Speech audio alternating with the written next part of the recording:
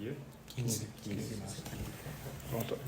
Bom, essa palestra, como a gente já tinha adiantado, né, no grupo, está baseada no livro A Fé Explicada e também no Catecismo. O livro A Fé Explicada é bastante baseado no Catecismo. É um livro bem... É até interessante, se quiserem comprar, ou tiverem a oportunidade de comprar, é um livro bem didático, né? A explicação dele é bem didática, vale muito a pena. Eu vou abordar o capítulo 1 do livro, que mais ou menos coincide com o Catecismo, que é em relação ao fim da existência do homem. E aí eu coloco já algumas premissas, né?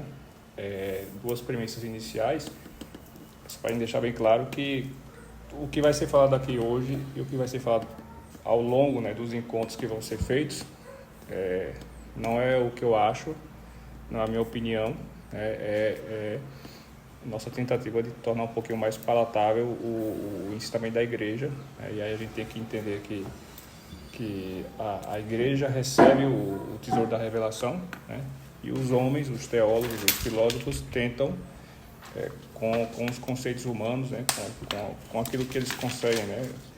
De acordo com as nossas capacidades humanas, eles tentam explicar, né? Racionalmente essas coisas, né? esses mistérios que a gente recebe pela revelação. Então, é como se Deus desse a conclusão do silogismo, né? E a gente vai tentar racionalmente construir as premissas, né? Justificar as premissas desse silogismo. Pensar, por exemplo, na Santíssima Trindade, que vai ser um dos pontos que vai ser abordado nesse ano, né? É um mistério muito difícil de entender.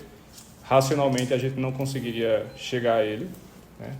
A não ser que o próprio Deus o tenha revelado, que foi o que aconteceu, né? Deus se revela como Pai, Filho e Espírito Santo, e aí o ser humano, né, com a luz da razão, vai tentar justificar, né, discorrer racionalmente como é que se explica esse mistério, né? E aí vai tratar de conceitos como pessoa, conceitos como relação, né? São conceitos que têm uma força filosófica, uma carga filosófica muito grande. Então, essa primeira premissa eu coloco para explicar, primeiro, que não é o que eu estou achando, a minha opinião, mas é o ensinamento da igreja, e segundo, que se trata de um esforço humano, né? Claro que também é a luz da fé. Não, pessoal, existe uma frase que eu não sei de quem é, muito bonita, que fala que teologia se faz de joelhos, né? Não se faz só com a razão, se faz rezando, né? Então, é claro que tem a contemplação do mistério de Deus, mas aí a gente tem o nosso esforço também como seres humanos de usar a razão que Deus nos deu para tentar, né, justificar ou tentar entender esses mistérios que a gente tem na nossa fé. O próprio mistério da pessoa de Cristo, né? Verdadeiro Deus e verdadeiro homem. Como é que se explica isso? E aí surge o conceito de pessoa, né? Pessoa que também se aplica a gente. Mas eu não vou entrar, estou somente colocando isso como proêmio, assim, só para a gente entender do que se trata e como vão ser os próximos encontros, né? Não sei como é que vão ser abordados pelos outros, né, pelas outras pessoas, mas é bom que a gente tenha em mente isso, não é a minha opinião. Pode ser até que eu fale alguma besteira, e como tem gente aqui que sabe também, por favor, corrijam, mas nossa ideia realmente como nós todos, né, tentar explicar essas coisas, né, da nossa fé de uma maneira que seja mais acessível. Essa é uma premissa. Outra premissa é que eu não tenho resposta para tudo, né? Então, se tiver alguma coisa que eu não saiba, se vocês também não souberem, a gente vai atrás, conhece muitos padres, né? Enfim, a gente pode tentar encontrar uma resposta. E aí, já entrando no tema, né? Todo ser humano faz, ou já fez ao longo da vida, alguns questionamentos, né? Quem sou eu? De onde vim? Para onde vou? Qual o sentido dessa vida? Talvez hoje está um pouco mais difícil por causa da vida corrida, né? A gente estava falando até muito agora antes da reunião da questão do secularismo e da dispersão que as redes sociais, a vida, né, corrida às vezes faz e coloca na nossa vida, e às vezes a gente não tem condições até de fazer esses questionamentos mais existenciais. Mas isso foi sempre uma coisa que o homem, enquanto ser racional, sempre se questionou, né? Qual é o sentido dessa vida, de onde eu vim, para onde vou, qual o propósito da minha vida, né? E isso foi uma reflexão que os filósofos também já se fizeram, né? Basta pensar nos pré-socráticos, né? Que atribuíam aos elementos, né? A água, o fogo, o ar, enfim, como se fosse o arche, né? A palavra grega significa princípio, né? E aí eles usavam eles tentavam atribuir a certos elementos da natureza o princípio, a raiz de tudo, né? A origem de todas as coisas. Depois, Parmênides, acho que foi Parmênides ou foi Heráclito, eu sempre troco um que atribuiu ao movimento, né? Todas as coisas mudam, o devir, né? As coisas estão em constante mudança e, portanto, essa constante mudança é a origem, é o arquê de tudo. Platão, né, com a teoria das ideias, né, das ideias subsistentes que estão em um outro lugar e que dão origem, né, a todas as coisas. E aí chega Aristóteles, né, com a ideia do motor imóvel, né, a ideia de na metafísica dele, ele faz esse raciocínio para tentar entender a causa das coisas, né? Toda coisa que existe é causada por outra, né? E ele chega à conclusão que é impossível a gente fazer um retorno ao infinito, senão a gente nunca pararia, né? Sempre vai ter uma coisa que causa de outra, então a gente tem que chegar a uma primeira causa, que é incausada e que é o motor imóvel, que ele chama, né? O primum movens, que é o motor imóvel, que é a causa de tudo. Aristóteles. Tem outro filósofo muito interessante, isso é apenas uma introdução, tá? Chamado Plotino, não sei se vocês conhecem. Sim. É um filósofo ele é neoplatônico, né? Acho que é do começo do século II, III, inclusive Santo Agostinho é muito influenciado por ele. E ele tem uma obra chamada Enéada, acho que é assim que se chama em português, eu não sei, mas é um livro que é uma obra que são 9 livros, né? E ele fala, a metafísica de Plotino é baseada na ideia do uno, né? Que é uma metafísica muito imanente, né? E ele coloca assim, tenta explicar a origem de tudo e o sentido de tudo com esse conceito do uno, né? Que é imanente e que está ali e que é a causa de tudo. Então, tudo isso para dizer que desde sempre o homem, né, tentou e tenta a seu modo explicar a origem das coisas, né? E aí nós cristãos, nós católicos, temos a resposta para isso, né? Temos a resposta para isso na criação, né? Na contemplação da criação, na contemplação de Deus, né? Na tentativa de conhecer a Deus. E o catecismo, no primeiro número, tem uma frase que já sintetiza tudo que eu vou falar hoje. Então, se quiserem, essa frase já é suficiente. Se tem que ter mais interesse em continuar, essa frase já diz tudo, né? É Deus infinitamente perfeito e bem-aventurado em si mesmo, né? Veja que frase densa, né? Infinitamente perfeito, né? Completo, não necessita de nada, e bem-aventurado em si mesmo, ou seja, ele é totalmente autossuficiente, né? Ele tem a beatitude em si, ele tem a felicidade plena, né? Felicidade não com os nossos conceitos humanos, mas no conceito metafísico de bem, né? De sumo bem. Deus é o sumo bem e tem a perfeição em si mesmo. Num desenho de pura bondade, né? Mistério, a gente não sabe porquê, puro mistério, criou livremente o homem, né? Mistério de liberdade também, mais uma vez, para fazê-lo participar da sua vida bem-aventurada. E a palavra participar também tem um significado muito importante. Eu gosto muito das palavras, sabe? Gosto muito de entender a etimologia das palavras. A palavra participar vem de 2 palavras em latim, que é partem capere, que é tomar parte. Então, participar é apropriar-se de algo do outro. Deus participa, né? Quer que o homem participe da sua vida bem-aventurada. Participe do nosso modo humano, dessa bem-aventurança divina. E aí a gente, para responder essas perguntas existenciais, né, que é o tema dessa conversa, né, do fim da existência do homem, tem algumas coisas que a gente pode pensar, né? Primeiro que nossa vida é circundada de mistério, né? E eu digo isso na criação, né?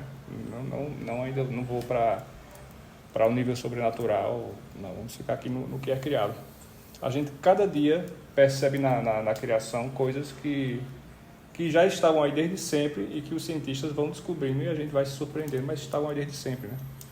Pensa na maneira como os animais se comportam, né? A regularidade das coisas, como a gente sabe que se acontecer tal coisa, né? Vai acontecer tal efeito. Na natureza, via de regra, a natureza tem umas regras bem definidas, né? Como as abelhas, né? As abelhas, como é que chama o caso? Não, a colmeia, né? Aquela questão geométrica impressionante, né? Há coisas mais absurdas, né, da teoria da relatividade, coisas que estavam aí e que passaram séculos estando aí, né, e ainda tem outras coisas que a gente vai descobrir que estão aí que fazem parte da criação material e que estão aí desde sempre, que seguem regularmente essa constância, né? Essa ordem. E não existe explicação racional da origem delas, né? A priori não existe uma explicação racional, mas estão aí, né? Então a gente tem, né, a gente é imerso nesse mistério, já nas coisas criadas, já nas coisas materiais, a gente é imerso nesse mistério. E o homem é capaz de analisando essas coisas, ver que existe uma ordem, ver que existe uma perfeição. A gente analisando o próprio funcionamento do corpo humano também, né? Vocês são médicos, os médicos sabem mais do que eu. É uma coisa impressionante, né? Assim, a perfeição, como tudo funciona, e qualquer coisinha que saia dali né, causa uma desordem, né? E assim, isso não é fruto do acaso. Eu, quando estudei filosofia, tinha na aula de antropologia, o professor dava um exemplo muito engraçado, que era, imagine você cair, né, numa ilha deserta, que vai estar a natureza lá, e no meio dali você encontrar uma Ferrari, né? Não é fruto do acaso, né? Assim, não é que a Ferrari foi parte de um processo evolutivo natural e que do nada surgiu uma Ferrari, né? As coisas têm uma causalidade, existe uma coisa por trás, existe um princípio por trás que explica, né, que por que existe na natureza existem as coisas como elas são e por que a natureza funciona de uma certa maneira que é bastante regular e bastante constante. Basta ver que o homem tem a capacidade de abstração também, né, que é uma coisa mágica, né? Tu podia repetir a frase do catecismo? Sim. Por favor. Tem o número do catecismo? É o número 1º. Ah. É Deus infinitamente perfeito e bem-aventurado em si mesmo, num desígnio de pura bondade, criou livremente o homem para fazê-lo participar da sua vida bem-aventurada.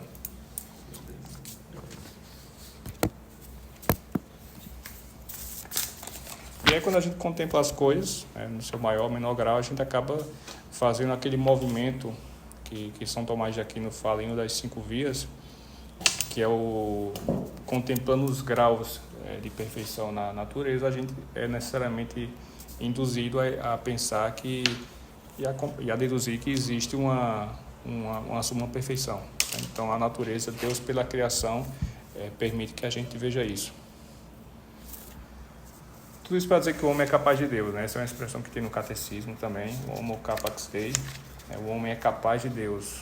E o que é que isso quer dizer? Que o homem, com a própria razão, ou seja, com a faculdade da inteligência, uma das faculdades da alma, junto com a vontade, mas principalmente com a razão, o homem é capaz, pela contemplação da criação e pela capacidade de abstração do homem, ele é capaz de chegar a conclusão de que Deus existe.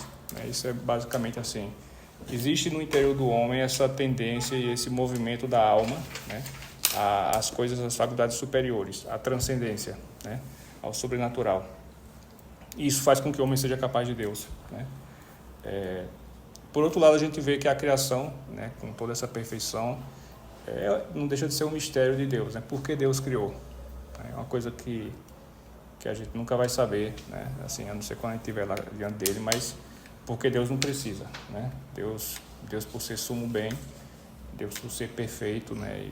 Ato puro e como queiram chamar, ele não teria necessidade para a satisfação dele de criar nada, né? Mas ele quis criar, e aí a gente só atribui isso a um desígnio de amor, a um desígnio de providência, e para que toda a criação, né? E aí vem aquela primeira frase que eu falei, toda a criação dê glória a Deus, né? Glorifica a Deus, cumprindo aquilo para a qual cada coisa foi feita. Então, o animal, seguindo sua vida animal, os vegetais, as plantas, cada um cumprindo a sua função, a sua natureza, né? Para a qual elas foram feitas, e o homem também, como ser racional, com inteligência, com vontade, se abrindo ao transcendente, né? A Deus. A criação é obra divina, né? Então tem uma frase do livro bem interessante que diz assim: seria indigno de Deus, contrário à sua infinita perfeição, que ele fizesse alguma coisa por uma razão inferior a si mesmo. É uma frase bem forte. Algo que não tivesse no desígnio de Deus, né?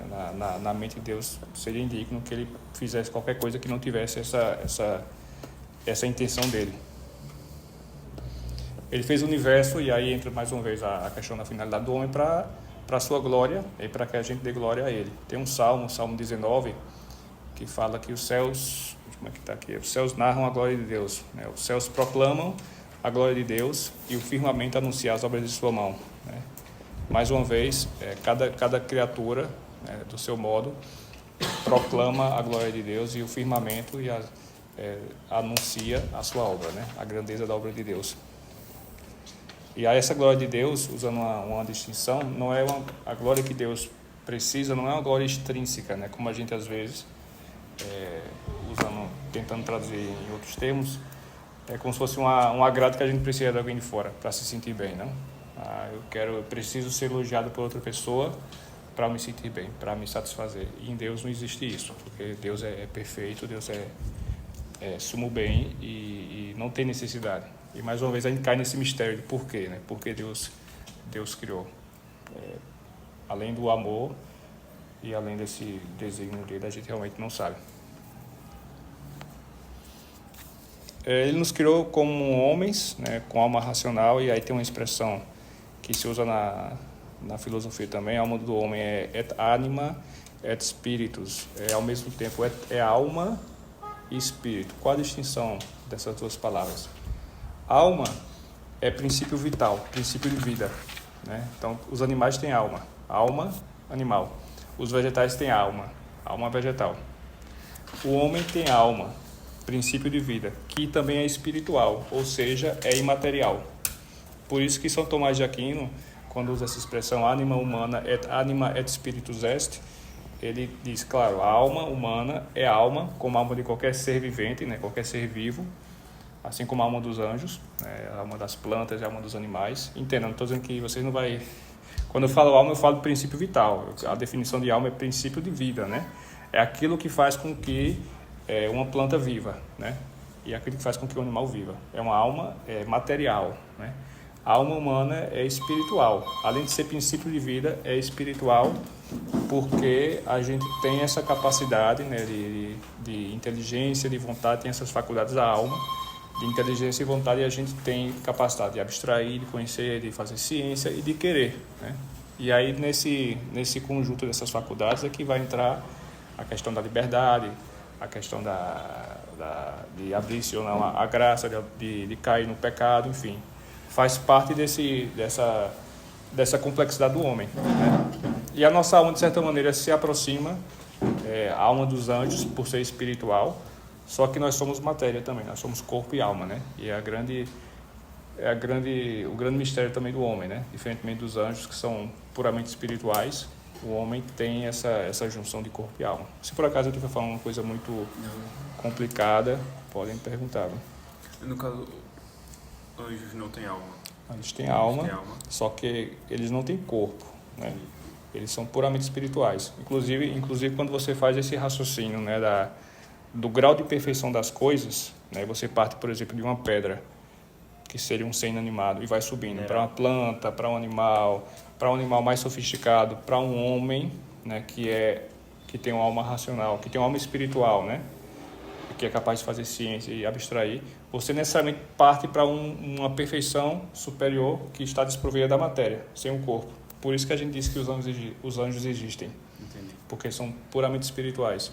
E nos anjos também existem graus de perfeição, né? Por isso que a gente vê, inclusive na Bíblia, essas cortes celestes, né? Até o espírito puro, com P maiúsculo, que é Deus, que é destacado, né? Ele é transcendente, porque ele é separado da criação.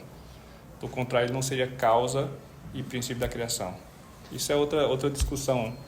É interessante que Deus tem que ser necessariamente destacado da criação, porque senão ele seria uma outra criatura. Então teria que recorrer a outro princípio para justificar esse outro. Assim como a gente... dois deuses. É possível conciliar? Não é, porque tem que ter um outro Deus que seja princípio desses dois. Aí isso é outra... A ideia agnóstica, né? Aí já é o maniqueísmo, né? Aí já é outra discussão. O cara sabe. Boa tarde. Boa tarde, Henrique. Perdoe minha demora.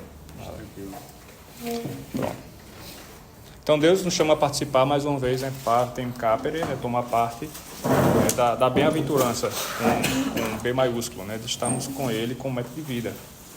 Então, somos feitos para glorificar a Deus e também, né, somos feitos para participar na vida dele.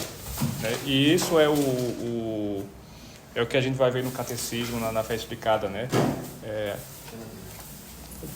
A profissão de fé, né? Tudo isso a gente vê que tá tudo relacionado. Né? A gente percebe como a doutrina católica, ela, quando a gente a conhece a fundo, né? E conhece e entende os fundamentos dela, a gente vê que existe toda uma racionalidade, uma coisa muito bem... É um sistema muito bem elaborado, né? Inclusive, do ponto de vista racional, ele é muito bem elaborado. Então, o fim do homem é Deus, né? Deus que é bondade, verdade e beleza infinitas. E aí, é uma coisa interessante também, quando vocês forem ler qualquer texto do catecismo, ou alguma obra de teologia, ou qualquer coisa, quando vocês lerem essas palavras, verdade, bondade e beleza, não passem mais por elas assim de modo indiferente. Deus é são bondade, verdade e beleza infinitas. Essas três palavras têm uma carga filosófica, teológica muito grande, né? Não são palavras que foram usadas, escolhidas assim ao acaso, elas foram escolhidas a dedo por quem escreveu. Então, quando vocês lerem, eu vou explicar por quê, né? Quando vocês lerem no catecismo ou em qualquer obra religiosa, católica, quando se falar de bondade, com B maiúsculo, verdade com V maiúsculo e beleza, elas têm um significado por trás, né? E a ordem correta seria verdade, bondade e beleza. Por quê? Verdade, com V maiúsculo, é Deus enquanto conhecível, né? Ele é plenamente conhecível, não? Ou ele é a fonte de toda a verdade. Bondade, ele é a fonte de todo o amor, B maiúsculo, né? Ele é o fim último do homem. E a gente só ama aquilo que a gente conhece. Então, primeiro vem a verdade, depois vem a bondade, né? Aquilo que é deleitável, aquilo que o objeto amado, e depois vem a beleza, né? Que é o bem enquanto o que é deleitável à vista. Id quod delectatur, né? Id quod visum placit, aquilo que agrada à vista, né? A beleza. Então, são três momentos que a gente pode ver, né? Primeiro a gente conhece a verdade, a gente ama a bondade e depois a gente se deleita com o bem amado. Por isso, quando a gente vê em qualquer texto agora, seja no catecismo, seja em qualquer obra, a gente vê falando de Deus ou falando do homem, né? Esses três substantivos, a gente agora entende que não foram palavras usadas ao acaso, né? Deus é verdade, Deus é bondade, Deus é beleza. Não. Existe um porquê dessas palavras. Na filosofia, chama-se de transcendentais, né? São modos especiais que seguem do conceito de ente, né? São perspectivas que a gente pode ver o ente e que se aplicam a Deus como a causa de todas as coisas, né? Digamos, são manifestações do ser divino, que também a gente tem em nós, né? Nós também somos verdadeiros, somos conhecíveis e somos capazes de conhecer. Nós somos objetos de desejo, primeiro de Deus, que nos cria, e também dos outros. E nós somos belos. Aí já fica a critério de cada um. Esse é um grande paradoxo aí. É interessante que você pode entrar no conhecimento de Deus como se fosse... Claro que tem uma hierarquia, mas por qualquer uma dessas vias. Sim. Por exemplo, mesmo uma pessoa que não tem uma instrução tão grande, ela pode, por meio da contemplação da beleza, chegar no pensamento de Deus. Claro que não de forma exaustiva, né? Exatamente. Tanto eu tenho um grande amigo que ele era comunista. Foi presidente do DA na Faculdade de Direito do Recife. Ele era comunista, família comunista e tal. Ele era petista, raiz e tal, fanático e tal. E aí se converteu. Hoje é católico, mas se converteu porque ele entrou numa igreja em Recife e estava tocando um concerto. Eu acho que era Bach. E ele disse: isso aqui só pode ser divino. E aí foi a epifania para ele começar a buscar fé. É por isso que eu achei interessante a gente, para você realmente disse agora, para começar a prestar atenção nessas 3 palavras no dia da gente, né? Porque, por exemplo, eu estou sentado aqui, eu estou vendo uma vista bonita. Então, de certa forma, eu estou tendo um pouco dessa contemplação. Sim. E aqui a gente está conhecendo um pouco da verdade. Então, a gente também está entrando por essa via. E a bondade da disposição de cada um aqui de estar vindo para cá, de você de estar parando para ensinar, também conecta um pouco com essa via. Então, é como se Deus estivesse aqui por essas 3 vias, claro que não de forma explícita, né, para todo mundo ver, mas é aquele negócio, né, onde 2 ou 3 estiverem falando em meu nome, eu estarei lá. E claro que a contemplação da verdade, quando é feita com honestidade, também causa um deleite, né? Sim. A gente se entusiasma, né? Intelectualmente, inclusive, tem esse entusiasmo intelectual. Pô, estou entendendo e tal, que coisa interessante. Como isso aqui faz lógica, como faz sentido, né? E faz parte, né? De certa maneira, são esses lampejos da graça de Deus. A gente, quando contempla uma obra de arte bonita, né? Uma pintura, né? Um Caravaggio da vida, é uma coisa que eleva, né? E isso é uma participação, né? Outra vez a palavra participação, partem capere, né? Isso, de certa maneira, tomar parte dessa beleza com B maiúsculo, né? Então, quando a gente lê essas palavras agora, acho que vai ler com outros olhos, né? Não são palavras que estão lá por acaso. E vocês vão ver que o catecismo, com muita frequência, ao longo de todo o texto, usa essas palavras, né? Para fazer menção à bem-aventurança, né? Que é o fim do homem, e por nossa parte, para que a gente busque esse conhecimento íntimo de Deus, né? Para que a gente possa alcançar essa bem-aventurança. Me veio agora uma coisa que eu vi, Vitória. Não sei se vocês sabem, o catecismo tem 3 definições que são iguais.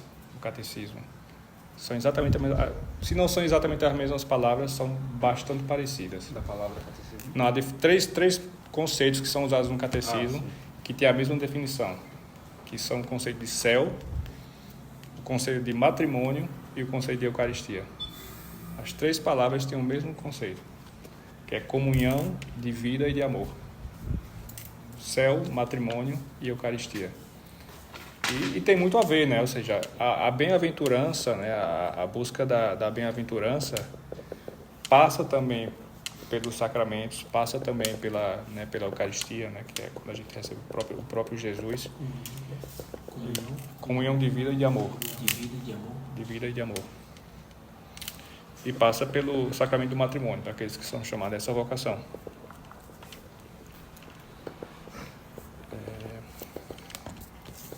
O pessoal já tem alguns autores que falam que o céu é justamente o matrimônio espiritual. Por isso que os casados aqui na Terra não vão para o céu casados. Né? Jesus usa essa figura, né? Do casamento. Da Mas igreja aí- com o esposo, né? Uhum. Sim, São Paulo, né? São Paulo usa essa imagem da esposa, né? Sim. Cristo amou a sua esposa e se entregou por ela, né? Para mim é uma frase muito... Marido, amai vossas esposas como Cristo amou a sua igreja e se entregou por ela. É uma frase muito forte, né? Para quem é marido, amar a sua esposa como o próprio Cristo amou a igreja, né? E dá para resumir, na verdade, tudo, né? A gente até citou uma vez na crise que a história da salvação é uma história de amor, de fato, é um casamento, né? Se você pegar do Gênesis até o Apocalipse, você vai ver esse traço. E tipo assim, mesmo os homens que são chamados ao sacerdócio, existe ali um princípio tanto de paternidade quanto de matrimônio ali também. E de consagração, né? Exatamente. E de consagração. Assim como é no matrimônio. Exato. Há uma consagração, né? É a união de Deus com o homem, né? A elevação do homem Sim. Exato. até Deus. E aí, nessa busca da bem-aventurança, a gente pode também pensar em Santo Agostinho, né? Santo Agostinho, logo no primeiro livro da Confissão, ele usa aquela frase famosa que eu não lembro como é em português. Acho que eu estou sendo pedante, né? Porque às vezes tem muita coisa que eu li. Não, pode falar em latim. Italiano, latim. Quia fecisti nos ad et inquietus est cor nostrum, donec requiescet in te. Né? Traduzindo Deus, grande és, Senhor, digno de louvores. E aí ele termina dizendo, porque nos fizeste para ti, o nosso coração está inquieto até que não encontre descanso em ti. Né? Santo Agostinho usa essa frase logo no começo das Confissões. confissões que a gente sempre pensa, né, que são confissões, como a gente tem confissão de pecado, mas a palavra confissão em latim, confiteor, o verbo confiteor, além desse significado de confessar-se, também tem um significado de ação de graças. Então, Santo Agostinho, quando usa a palavra confissão, ele usa com esses dois sentidos, né? Não só confessar as misérias dele, né? Mas, sobretudo, dar graças a Deus, porque ali ele está contando a vida dele, está vendo também como a graça de Deus atuou, né? E, de certa maneira, a gente tem como desfrutar dessa bem-aventurança, desse fim do homem, já nessa vida, né? Nos sacramentos, na vida fraterna, na vida matrimonial ou na vida consagrada, né? Deus, em sua bondade, não só criou e não foi tão maldoso em criar e deixar a criação à toa, né? Como alguns querem acreditar, esse Deus ex machina, né? Que é o relojoeiro, né? Que alguns filósofos modernos usavam, né? Que armava a engrenagem e deixava que a engrenagem se virasse, né? Deus não abandona a criação, Deus deixa a igreja, Deus deixa os sacramentos, né? E a gente tem, de certa maneira, uma oportunidade de já viver nessa vida esses momentos de bem-aventurança. Como diria São Paulo na carta aos Coríntios, no finalzinho do capítulo 13, a gente vê nessa vida um pouco como um espelho, né? Um espelho, na época deles, era um espelho, não era um espelho como o nosso, que a gente realmente vê nosso rosto, mas era um espelho bastante embaçado, né? E ele dizia que nessa vida a gente contempla a Deus de maneira embaçada. E é como a gente contempla, né? A gente contempla pelas causas, né? Pela criação, pelas coisas extraordinárias também que Deus opera, né? Os milagres, mas sobretudo pelas coisas muito ordinárias, né? Nossa vida sem muita novidade, sem muito sobressalto, sem nada do outro mundo. Deus também está atuando aí, só que a gente tem que ter essa abertura à graça, essa sensibilidade para poder ser capaz de perceber, né? Na minha última direção com o padre Jerônimo, eu falei, pai, me ajude aqui a fazer um plano de vida espiritual do zero, porque eu estou bem parado e tal. E ele falou, olha, meu filho, comece do básico.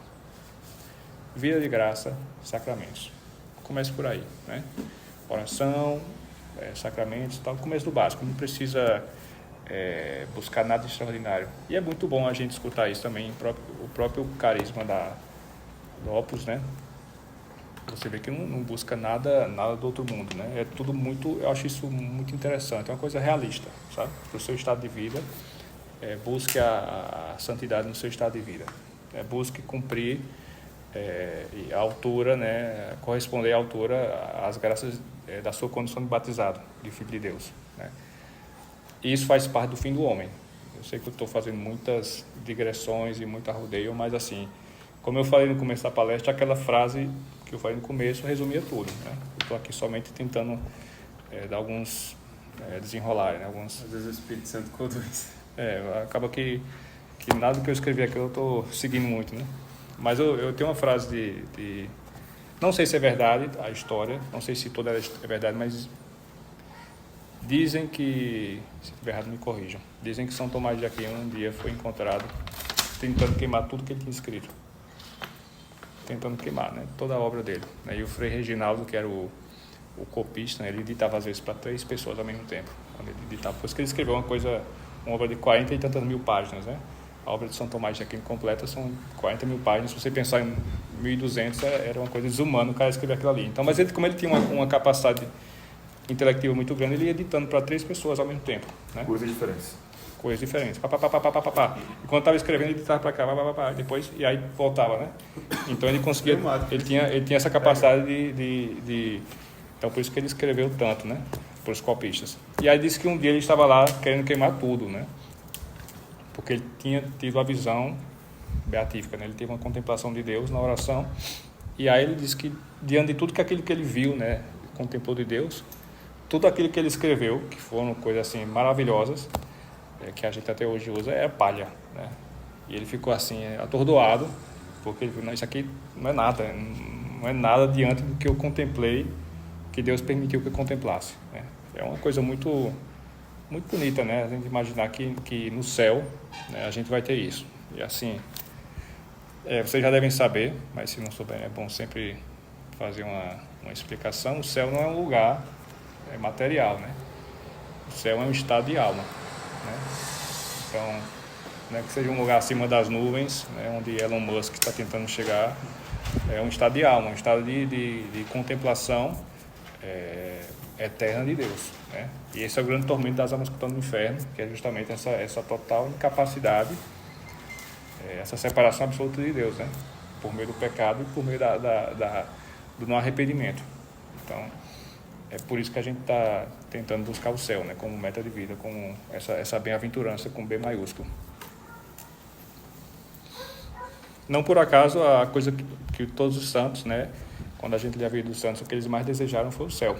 Tem uma definição de eternidade de Boécio, né, que foi um filósofo do século I, eu acho, ou II, bem no comecinho do cristianismo, Severino Boécio, que ele usa a definição de eternidade, que foi um filósofo, por sinal, que ajudou muito que foi ele que criou, né, que desenvolveu o conceito de pessoa, que a gente na civilização ocidental usa, né, e que foi usado também para explicar a cristologia, né, e também para explicar o dogma da Santíssima Trindade, né, as três pessoas. Então ele apresenta um conceito de eternidade muito bonito, que é interminabilis vitae tota simul et perfecta possessio. É a posse interminável, deixa eu ver aqui em latim, a perfeita posse total e simultânea da vida interminável. O conceito de eternidade de Boécio, né? A posse perfeita, total e simultânea da vida interminável. Essa é a eternidade, esse é o conceito que é o próprio Deus, né? Mas ele usa esse conceito assim, eu acho muito, muito bonito, né? A posse perfeita. A palavra perfeita também tem outro significado muito interessante. Perfeito, aquilo que é total, completo. O prefixo per em latim, tem a conotação de superlativo. Como eles não tinham superlativos em algumas palavras, perfectum é aquilo que é feitíssimo, como se fosse, né? Totalmente feito, completo. Então, a posse perfeita, total e simultânea da vida interminável. Que conceito poderoso, conceito forte, né? E às vezes passa batido, né? Eternidade, mas esse é o conceito, né? Não por acaso os santos meditaram muito sobre os novíssimos. Os novíssimos são as realidades últimas da vida, né? O céu, o purgatório, o inferno, a morte, né? Os próprios exercícios espirituais de Santo Inácio Loyola giram muito em torno dessas ideias, né? Novíssimos, né? Que é Conceito espiritual, filosófico? É um conceito que os novíssimos É o céu são a meditação das realidades últimas do homem. Certo. A morte, né? O inferno, o purgatório e o céu. Novíssimos com signo de últimas realidades, né? Novíssima últimas, as últimas coisas, né? Da vida do homem. O Padre Paulo ele falou esses dias numa homilia que a gente normalmente tem um significado, uma noção errada de eternidade, né? Que a gente pensa que a gente vai morrer e a gente vai ter um tempo muito grande para viver com Deus, sendo que é justamente a ausência do tempo. Sim, o tempo é criatura. Exatamente. O tempo é criado. Deus criou o tempo também. E a eternidade não tem tempo. Alguma coisa fora do tempo. Deus, exatamente, é fora do tempo. Transcende o tempo. Como né? se fosse um filme, de um filme mesmo, assim, rodando e a gente tá nele. Sendo que a eternidade é justamente fora desse filme, ele tá sobre, ele tá fora daquilo, tá vendo. Exatamente. Tanto é que o movimento só existe no tempo, né? Já é uma discussão mais Por isso também uma capacidade de mudança após a morte. Exato. aí já é uma discussão mais elaborada. O Olavo falou muito bem sobre isso. Então, o que eu devo fazer, né? A felicidade é um bem intrinsecamente sobrenatural. A gente, nessa vida, tenta alcançar o que a gente pode, né? Da nossa maneira. Tenta almejar o céu. E quando a gente coloca o céu como perspectiva, nessa eternidade como perspectiva, a nossa vida começa a ser vista de outra maneira, né? E nossas aspirações humanas começam a ser vistas de outra maneira, né? A minha aspiração legítima, inclusive de vida, começa a ser vista aos olhos de Deus, né? E aí eu passo a discernir, a meditar se realmente aquela aspiração é para a glória de Deus, né? Ou se é para a minha própria satisfação. É um exercício muito difícil, né? E requer muita meditação, muita humildade, muita abertura à vontade de Deus. E a gente pode aproveitar também esse tempo de quaresma para isso, né? Para o tempo de conversão também, para a gente voltar, né? Voltar ao essencial, né? A liturgia da quarta-feira de cinzas é muito bonita nesse sentido, né? Voltar para o essencial, voltar para a busca da bem-aventurança, da busca do céu, das buscas das coisas do alto, das coisas do alto.